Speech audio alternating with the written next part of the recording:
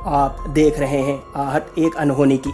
अगर आप आहट एक अनहोनी की चैनल को अभी तक सब्सक्राइब नहीं किया है तो अब कर लें, साथ में बिना डरे बेल आइकन को भी जरूर दबाएं। तो आइए बढ़ते हैं हमारी आज की कहानी की ओर।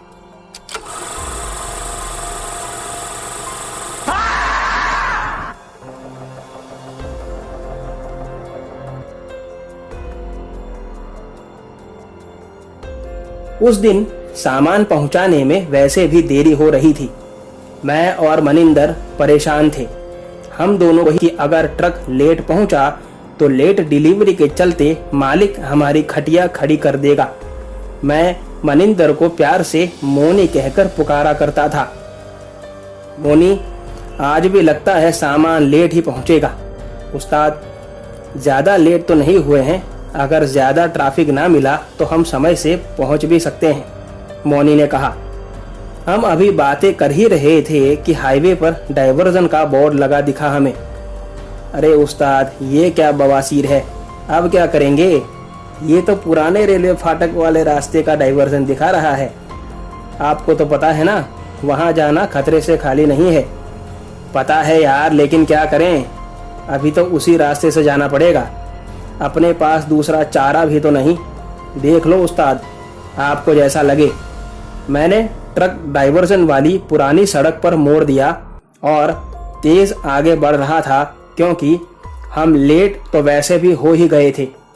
आधे घंटे के बाद वही रेलवे क्रॉसिंग आ गया, लेकिन मैंने बेझिझक ट्रक को वहां से क्रॉस करा दिया और ट्रक को तेज निकालने लगा वहां से।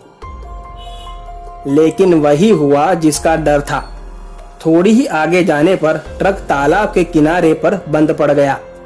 मोनी ने मुझे तुरंत कहा कि उस्ताद, नीचे नहीं उतरना है, अब ट्रक सुबह ही शुरू करेंगे। आपको पता है कि नीचे उतरना मौत को दावत देने के बराबर है। मैं और मोनी ट्रक के अंदर ही बैठे रहे।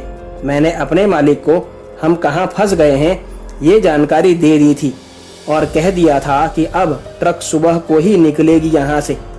कुछ देर बाद हम दोनों ने बांधा हुआ भोजन ट्रक में ही बैठकर कर लिया, लेकिन पानी नहीं पिया, ये सोच के कि हल्का होने के लिए नीचे ना उतरना पड़े।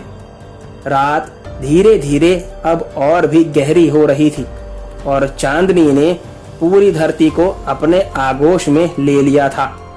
कुछ समय के बाद तालाब के तरफ से कुछ हलचल शुरू हुई और हम दोनों कुछ समझ पाते उसके पहले तो ट्रक के दोनों तरफ से कुछ लोग आए और हम दोनों को खींच के नीचे उतार लिया।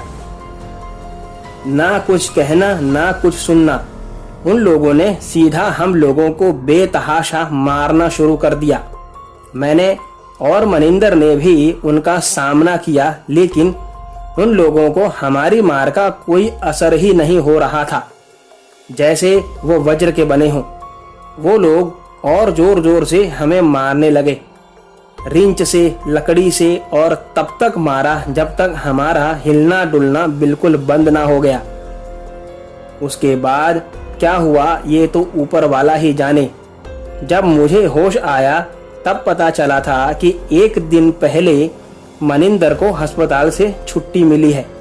मेरी हालत कुछ ज्यादा ही खराब थी। कुछ दिनों के बाद मैं भी डिस्चार्ज हो गया था।